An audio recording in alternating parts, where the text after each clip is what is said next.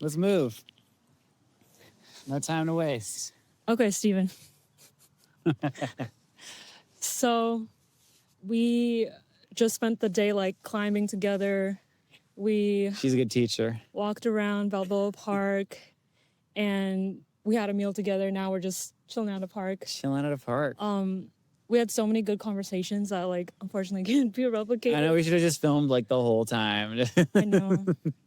But I think there are a couple like really interesting things that might be valuable for people to hear. Yeah. One of them being your thoughts on like how to build a career that is like worthwhile and everything. One of the things I was talking about is how important it is to be really clear about what your own goals are and what you're wanting to do and the path you're wanting to create, and not just trying to follow whatever ladder you think it is that you're supposed to climb, but follow the ladder that you feel is right for you. I studied music composition at UCLA, and I found that there wasn't a lot of tools there for composers to naturally meet filmmakers like through the classes and through the music department, which for me was actually a good thing because what it meant was that I was able to kind of build it myself. And outside of class, I went over to the film building and I met all the filmmakers and I joined all the film clubs, and there were no other composers over there because there was nothing set up for them. So, you know, me and my now wife, Kate, who was also a music composition major, we just were scoring all the films, hundreds of films, literally hundreds of films. And that's how we learned. We didn't get paid for any of it. And you learned on the job. On the job, just doing it, you know, and it was 100 films in. It was like, oh, okay, I think we kind of get how to do this now.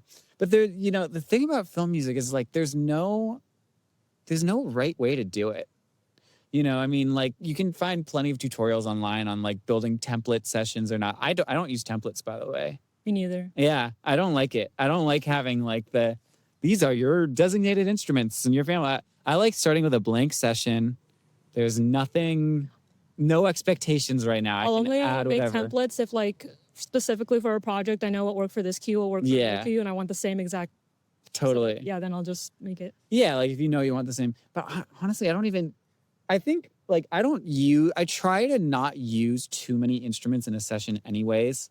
Like the amount of time it takes me to just build new tracks and load up tracks is not enough that it merits like having a session that I have to deal with. I'd rather just some start people with a get blank like slate. I don't know, there's this tendency towards like more tracks equals like more impressive, you know what I mean? Yeah. Like totally. seeing like that scroll of all things I've loaded in.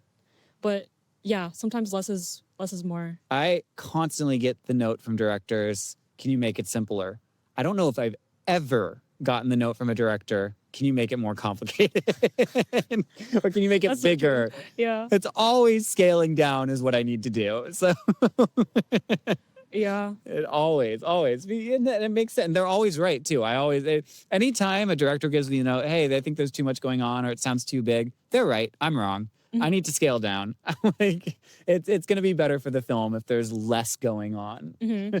I remember in the beginning for me, I used to think that the harder that I worked on the music, the better that it would be. Oh, I know. Me too. Like I would feel bad just being like drone, piano, bass. That's it. No, it's so true. You don't need to work hard on a track for it to be a good track for the film. So actually, sometimes if you work hard on a track, that'll often be the track that the director likes the least because it's like there's too much going on. Yeah. Or it's too manipulated. Or like, honestly, like if you do something quick that's just like straight from the heart, that's like in the tone of the scene, maybe you don't even quantize it, like just keep it really raw. Yeah.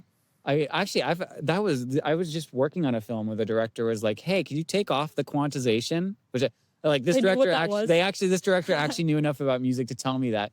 And like because on Logic you can quantize it, and I can just like unquantize it and put it back to how I played it. And he was like, oh, that's so much better. And I was like, oh, okay, cool. Wow. And now listening to it, I'm like, no, he's right. It is better. I shouldn't have quantized it in the first place. Anyways, that's getting really nerdy now. Back to the career stuff. Yeah, I think that you just do it. There's no right way to do this thing. There's no right way to film compose. There's no right way to compose, period. This is another thing we were talking about, how I've definitely grown up like in music school and being told by a lot of composition teachers there's the right way and the wrong way to make music, and do it the right way, don't do it it doesn't exist. There's no wrong way to make music. Is music. Music is expression. It's what naturally comes from you. There's, if it's something you want to hear and something you want to make, it's something someone else wants to hear and someone else wants to make too, And especially when it's a collaboration with a film, at the end of the day, it's just what works best for the film, what's going to serve the film. There's no rule. There's no rules with any of it. There's no rule on how to do it. There's no rule on how to write it. It's just, you just got to do it and see what works for you and what your best workflow is. Yep. Yeah. So I think that's what I learned, at UCLA, just like scoring all these student films. It was like, what helped me more than anything was just doing it. It wasn't like learning the perfect method or the perfect template or anything like that. Yeah, so many people get caught up in that. Like, part of what's really frustrating is that we both know that the stakes are actually like really, really low for films. Like, you make music that's like gonna be turned down anyway. Yeah, exactly. There's so many composers that I talk to that want to like start doing work for films, but they don't feel ready. They don't feel like they know enough. They tell me like, oh, I need to work on my orchestration more. Yeah. I'm like, you can work on that while you're scoring a film. And most of the films that you first work on are going to be like no-name indie stuff. And the stakes are so low. Like, you can learn something and apply it on the job, and no one's going to think poorly of you. Yeah. And in fact, most of that is private. Like, the director, as far as they're concerned, you're just helping them bring their story to life. Like, what you actually do to get there. If you watch a YouTube tutorial, they don't know that. They don't care. Orchestration will never come up in a conversation at a spotting session, ever. Never will the conversation be, how are you orchestrating? No. It'll always be what tone or what serves the scene. That's all does this make? Yeah. Half the time a director gives you like, oh, can you turn down that instrument? They don't even know it. Like, they'll be like, can you turn down that trumpet? And it's like a violin or it's like a flute. They don't know what this stuff is. They don't care. God, I want to go back to that other thing you were saying. Like, you don't need to work hard to make a good cue. So oftentimes the cues that come really quickly are the best cues. Yeah.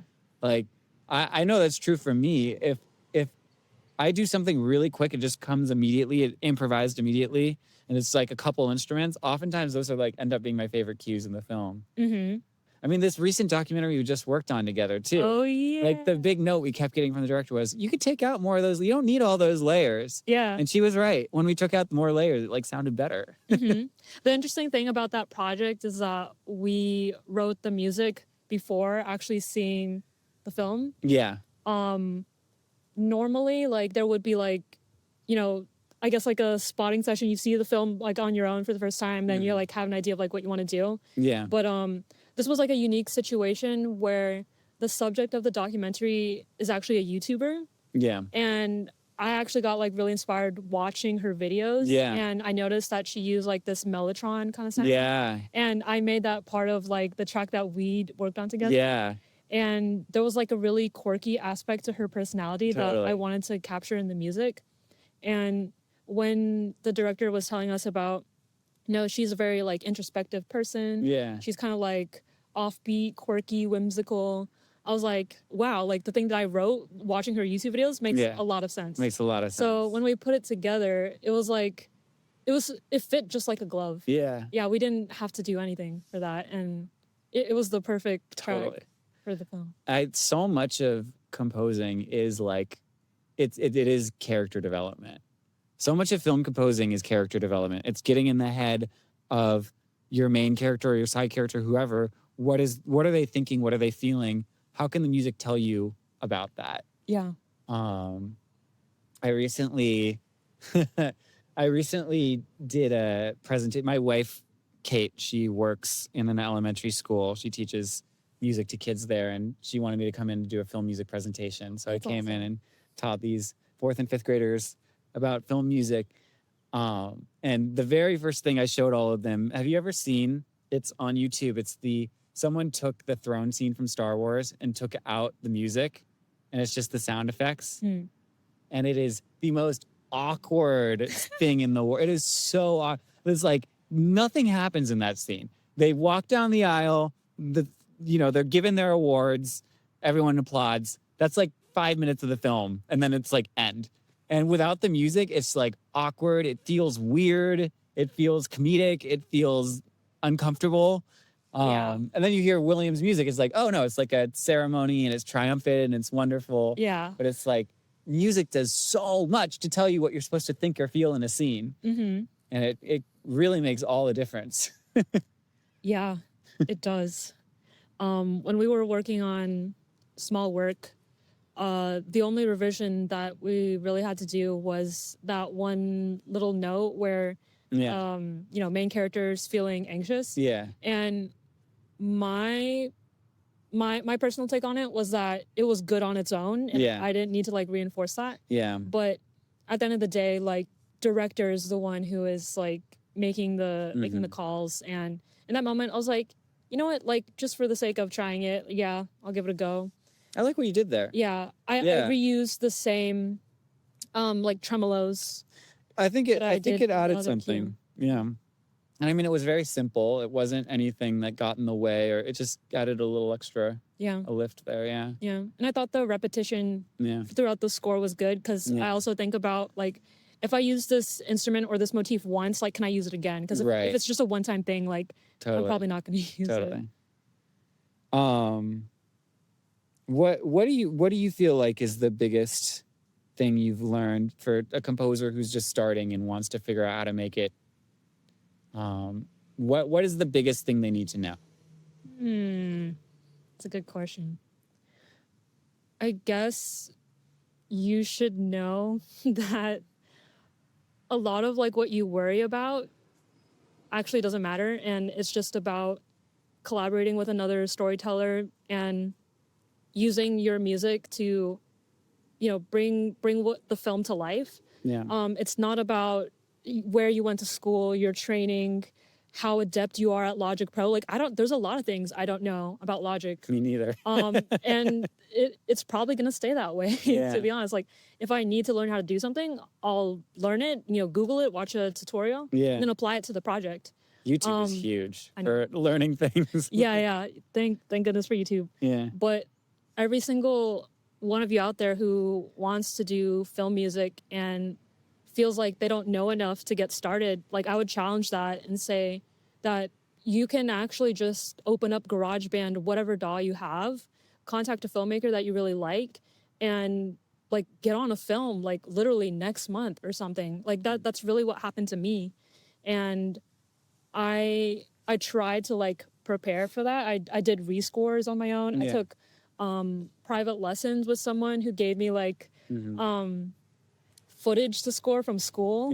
And those materials are hard to find. Like, a lot of people want to score like the Hollywood stuff, but they can't get those scenes without music. But you don't even need to do that. Like, you could literally just, learn everything on the job. Like, the stakes are so low. So low. Oh my gosh, so low. I mean, and just to reinforce that, I don't think it hurts to do rescores just to like learn and maybe feel a little more comfortable. Sure, that's fine. That being said, building a career doing film music obviously takes a lot of work, finding the right contacts. Sure, that takes a lot. Don't get me wrong. However, just to get started, to like score a film for free, which is what I did. I scored hundreds of films, didn't get paid for any of them, right? Just at the start so I could learn. I'm not saying you need to do that. You don't need to do 100. Maybe do like one. But you should do at least one film, just like pro bono, just to learn, right? But just starting by scoring a film for free is so easy to do. Contact any film school, any film teacher. Hey, what are the undergraduates working on? What's their very first project? They're not going to be able to pay you, but trust me, all of them need a composer. And right now they're looking at either they rip library music offline or they get to work with an actual composer, and that might as well be you. So there's no reason why you can't right now find films to score. Easily. Like within an email or two, you could be scoring a film. And I think it's the best way it's how I learned. I think it's absolutely the best way to learn. And you're going to make some contacts too, because who knows who of these undergraduate filmmakers are going to end up becoming, a huge success. Mm-hmm. Literally just send an email to any film teacher, any film club at any school. Hey, what are you guys working on? Do you need a composer? I'm sure you're going to find work so quick. And it's such a great way to start out. You get to work on actual projects. They might not be good, but a lot of the films I scored were not good. Was your first film a breakup film? My first film. My first film score was a breakup. My first film score was actually a breakup film too, believe it or not. I'm not even joking. That's funny. I recently did an interview with one of the actresses from the very first film I scored, and it was a breakup film. College student. College students. Yeah, they make movies about what they're thinking about, what they're feeling. Yep.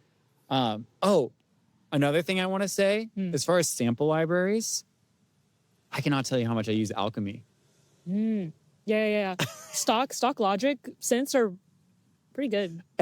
Logic has so many good sample libraries. Like their pianos are great, their synths are great, and they have a lot of fantastic pads. They're a lot more consistent than Spitfire Labs. Yeah, honestly, yeah. I use Logic stock a lot more than Spitfire Labs nowadays. If you're trying to do like big orchestral scores, maybe you want to invest in some sample libraries, but like for indie films that students are making, you have everything you need with Logic, even with GarageBand. Honestly. Yeah. Was your first DAW GarageBand? No, my first DAW was Audacity. What? Do you know of Audacity? Yeah. It was very, very, very low tech. It's like audio only, isn't it? Audio only. I was recording myself playing piano and violin. When I was in high school, I was like messaging. In high school, I didn't know what I was doing. I just really wanted to score films. So I would go on Craigslist and I would type in on Craigslist film composer needed. Oh my gosh, Craigslist. I got some gigs from Craigslist that way. I scored a horror film that I found on Craigslist, like a feature-length horror film. I scored it with Finale. Oh, what? Oh my god. So I had the QuickTime up, and then I had my Finale, and I would just try to press spacebar at the right time on both of them to get it to sync up. I scored it just all with my notation software Finale. Wow. It was terrible. I did a horrible score. But How old were you? Oh, that was like sophomore year of high school. Damn. I was just learning Audacity, but I didn't really know it well enough yet. But yeah, I scored a couple films through Craigslist. I don't know if that's a good way to get work anymore. Probably not. I don't know. Probably not. Maybe. I don't know if I would recommend it. There's probably better ways. I was just so desperate to just be scoring something. That's so funny. Yeah. So actually, Finale was my first DAW. Not that counts as a DAW, but then I was in Pro Tools for a while before I switched to Logic and realized Logic is the best one. Yeah, Logic is the best. I've never tried any other DAWs except for GarageBand and Logic, so I'm biased for sure. But yeah, they all do the same stuff. Yeah, honestly. They all do the same stuff. I like how Logic looks. I like the way Apple products feel. Yeah. More, anyways. It's very intuitive. I'm a huge Apple fan. I love Apple. Apple.